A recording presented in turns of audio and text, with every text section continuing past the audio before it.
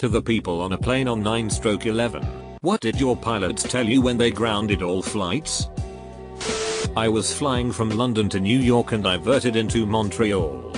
I told the passengers that there had been a security related event and that all US airspace had been closed down, requiring us to land at the nearest suitable airport. Jesus. To raised in the 80s me. That could only mean thermonuclear war. London to Chicago. Pilot told us there had been a major incident and US airspace was closed. Asked us not to talk or speculate with other passengers about the incident, to minimize panic. We turned our phones on as we taxied on landing in Montreal. Both towers were already down and phones were going crazy. People who had managed to get a call through were sobbing and trying to explain to those whose phones wouldn't connect what they had just heard.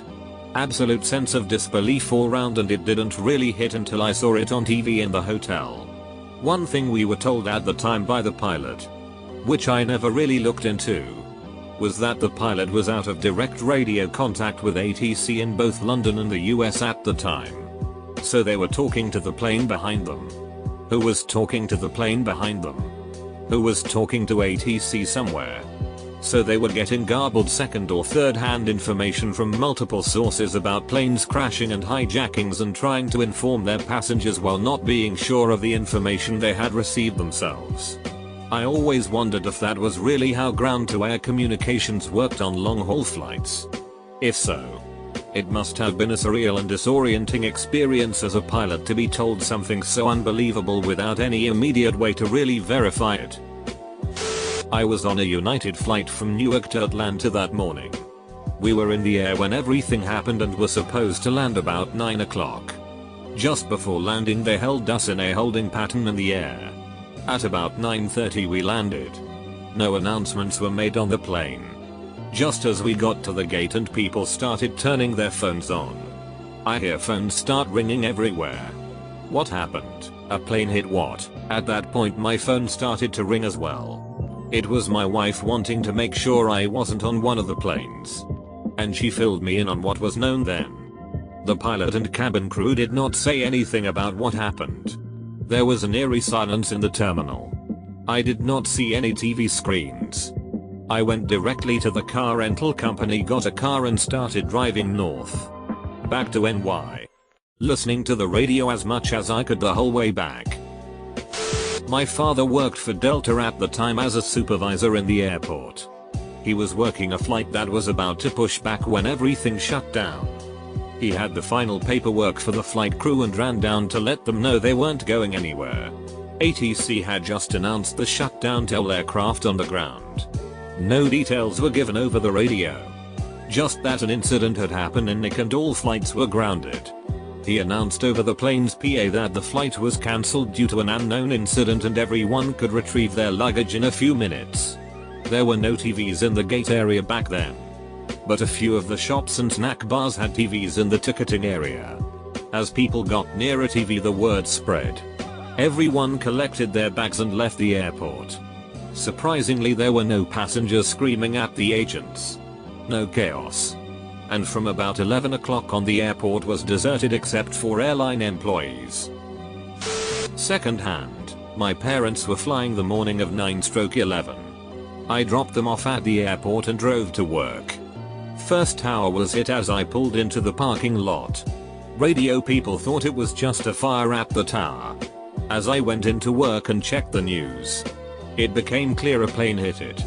As I was on the phone with my buddy, the second plane hit on the live TV he was watching. That's when it was clear this was intentional. Started to tell my boss I needed to pick up my parents, but he cut me off and said, "Go." I called my parents as I ran to the car.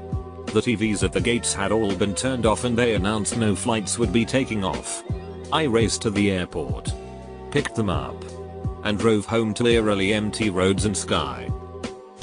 I was on a plane from LA to Melbourne, with a stopover via Auckland.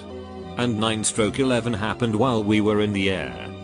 Halfway through the flight, all the flight attendants got really nervous.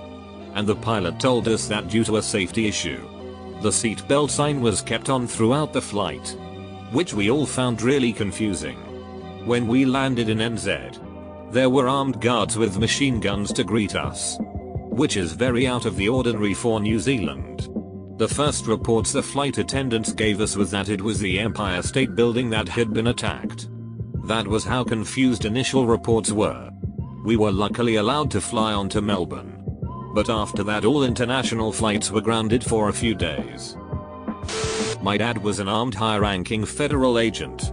He was flying from DC to Miami, I think. Definitely FL. He was woken up somewhere over Southern Virginia and asked to come to the cockpit. The pilots told him to guard the cockpit and that he was authorized to shoot. He spoke to someone confirming the authorization. He was given the jump seat next to the cockpit during landing, so he could see if anyone stood up. He told me later that the reason they were allowed to continue to Miami instead of putting down in the Carolinas was because he was on the plane. When he died in 2010, my mom showed me the piece of paper he had kept with his notes from that radio transmission. I think my older brother has them now. Side note: when he landed, he was met by the 3 guys he was flying down to meet with, and they all drove back overnight, getting back just in time to help oversee the search at the Pentagon. I've never seen him as shaken as the day he brought home a piece of the desk from his office. I flew from Sweden to Turkey. Before boarding the plane, I remember that everyone in the airport stood in silence watching the news on the different TV monitors in the airport. It was a really weird feeling that it was so silent in a usually hectic place. The flight went on as usual. The attack happened just before we checked into the airport. My stepdad was a pilot flying small private jets and was in the air when it happened. He said they just told him to land and had to go into the airport to find out why and what happened and go back to the plane to tell the passengers. Very late to the party. I wasn't on a flight then, but I know someone that was. Contrary to most replies in this thread, the pilot didn't say anything. While up in the air, they turned the plane around extremely slowly, so it wasn't noticeable to the passengers, or that was the idea. Then they landed at the airport they left from. I guess the turning around thing was to prevent any more terrorists from catching on. I'm surprised all the pilots announced they were turning around or landing due to security issues. My mother was at the Las Vegas airport waiting for her flight to board. She was sitting at a bank of slot machines and saw the breaking news on a TV tuned to CNN. She said that the people at the slot machines around her looked up for just a minute to watch the TV and promptly went back to playing the slots like nothing had happened. It made her very sad. I was due to catch a flight back to Nick on 10:30 AM of 9/11. Never made it to the airport.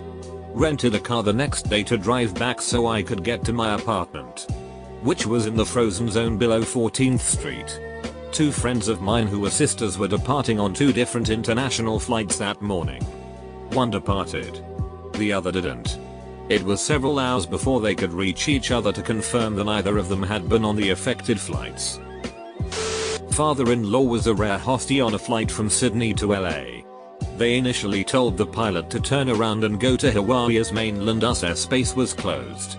Pilot told them they didn't have enough fuel and air traffic control told him to put it in the sea then.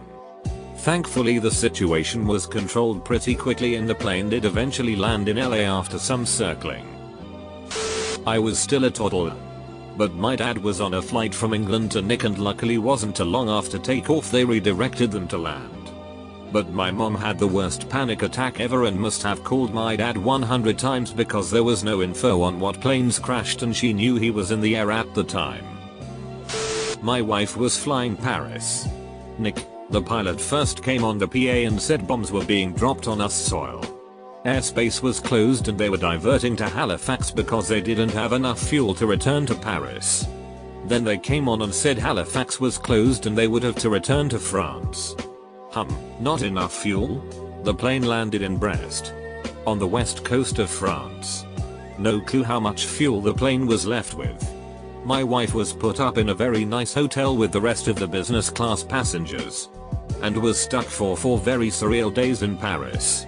There was a doctor on board who was flying to Nick to do an organ transplant. He was able to access a fax machine in the cockpit to tell the medical team in Nick that he wouldn't make it and they should halt the organ harvest from the donor. Fascinating. My mom wasn't told anything except that they had to land immediately.